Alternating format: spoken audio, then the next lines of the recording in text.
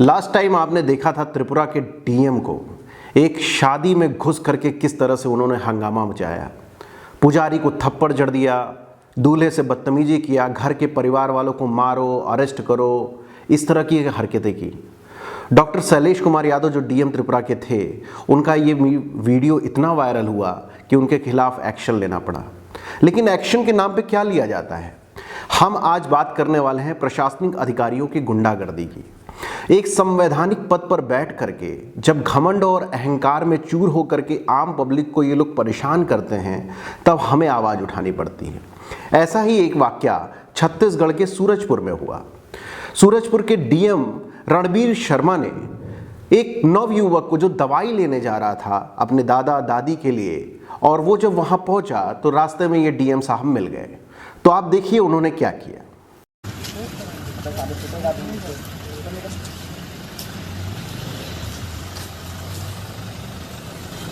कौन सा टेस्ट कराने गए थे? ऐसे वो दादी का दे गया था, नहीं निकलते हैं वैसे हम लोग घर में रहा, इसीलिए नहीं ये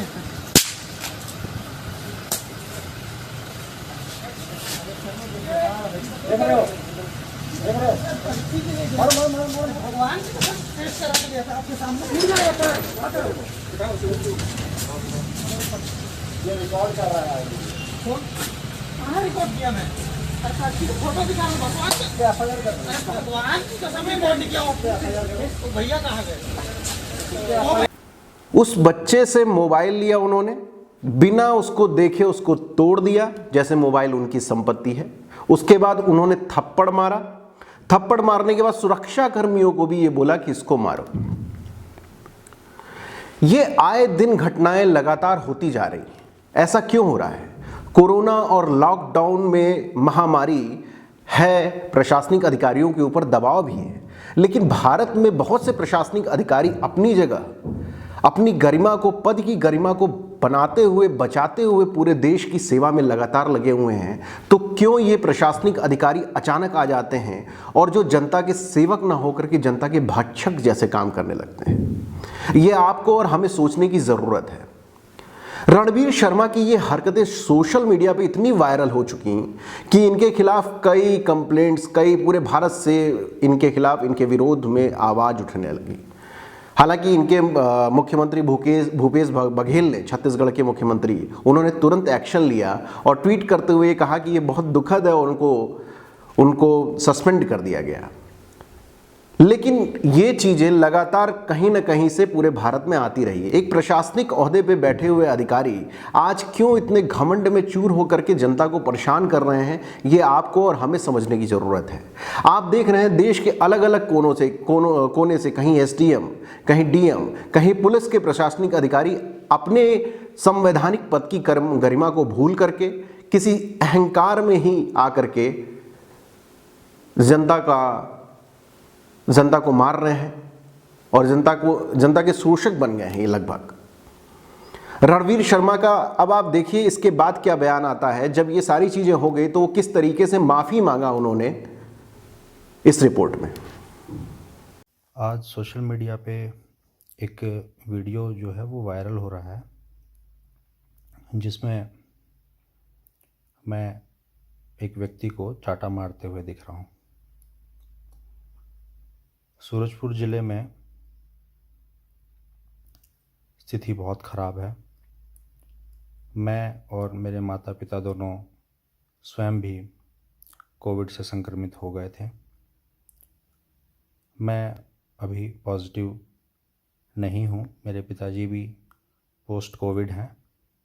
मेरी माताजी अभी भी पॉजिटिव हैं।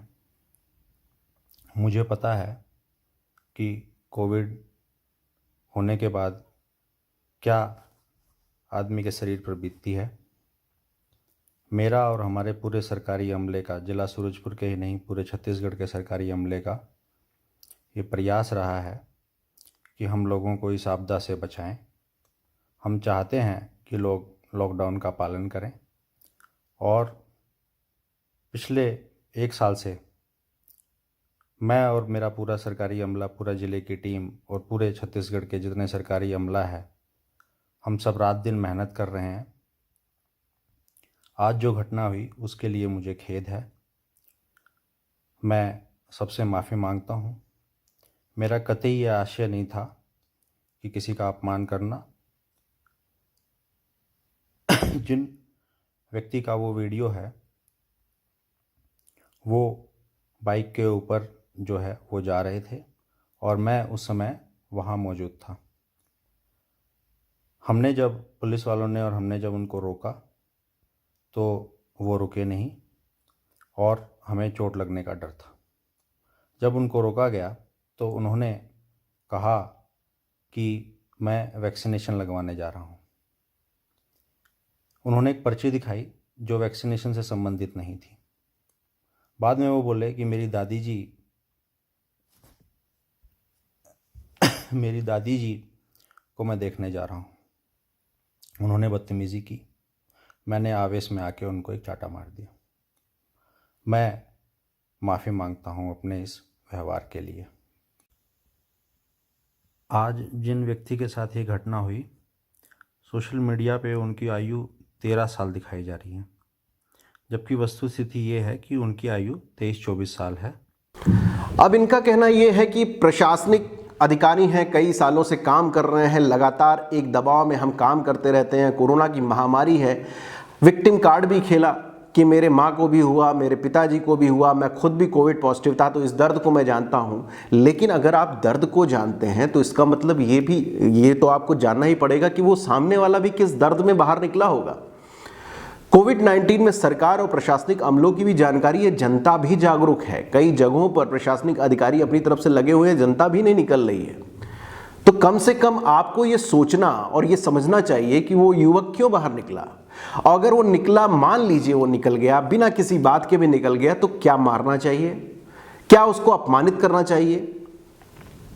दर्शकों, जरा आप सोचिए कि डॉक्टर शैलेश यादव तो त्रिपुरा के डीएम थे, जब शादी में घुस करके लोगों के साथ बदतमीजी किया, बुजुर्गों के साथ बदतमीजी किया, महिलाओं के साथ बदतमीजी किया, भले ही उसके बाद जो भी एक्शन हुआ हो, लेकिन आज तक उस परिवार में एक विवाह जैसे कार्यक्रम में इस तरीके की घटनाएं हुई, ये जीवन भर उनको याद रहेगी।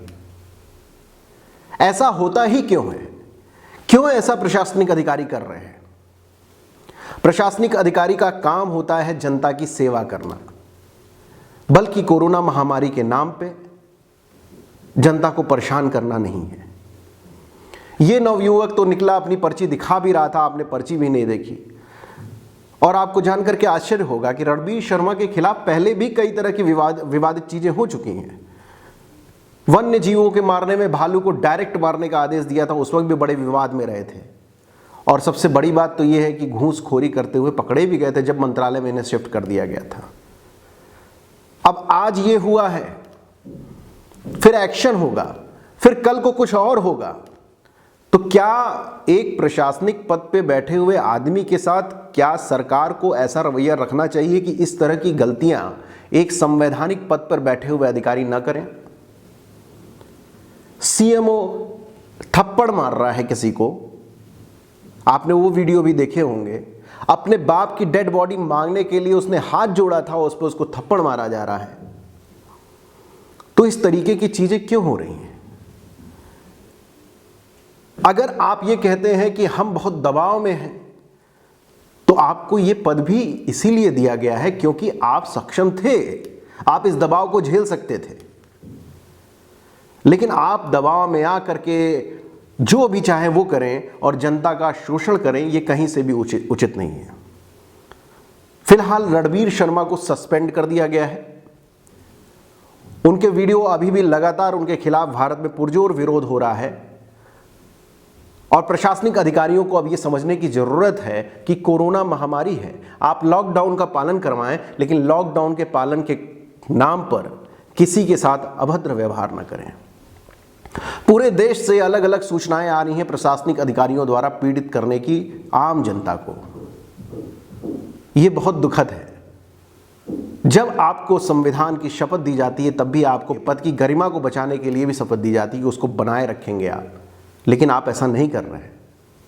और जब इस तरह से प्रशासनिक अधिकारी करने लगते हैं तो लोग आवाज उठाने लगते हैं। आपके चक्कर में बहुत से प्रशासनिक अधिकारी जो पूरी ईमानदारी से दिन रात मेहनत करके काम कर रहे हैं, वो बदनाम होते हैं।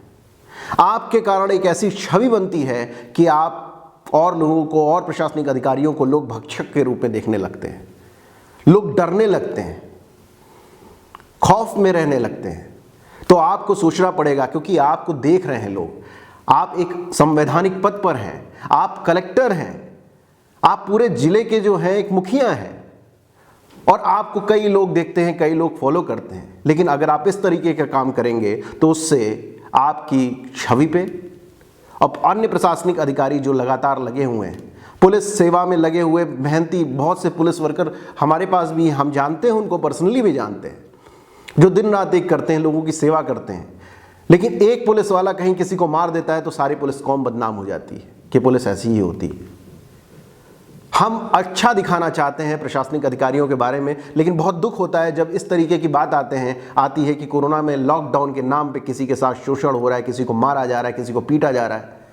इनफैक्ट किसी को इतना पीट दिया जा रहा है कि वो मृत्यु के कगार पे चला जा रहा है। तो ये ताकत नहीं है, ये अहंकार है, और अहंकार हमेशा खत्म होता है, जैसे रणवीर शर्मा जी का खत्म हुआ है। उन्होंने माफ़ी मांगी, उन्हें सस्पेंड कर दिया गया है, लेकिन और भी प्रशासनिक अधिकारियों को भी सोचने और समझने की ज़रूरत है कि कहीं वो अहंकार में तो नहीं, कहीं वो जाने अनजाने किसी एक ऐसे आदमी का शोषण तो नहीं कर रहे हैं जिससे आवाज़ उनके खिलाफ उठनी शुरू हो जाए। न्यूज़ लाइव नाउ में बस इतना ही। आप बने रहिए न्यूज़ लाइव नाउ के साथ और देखते रहिए न्यूज़ लाइव नाउ, लाइव खबर, लाइव असर।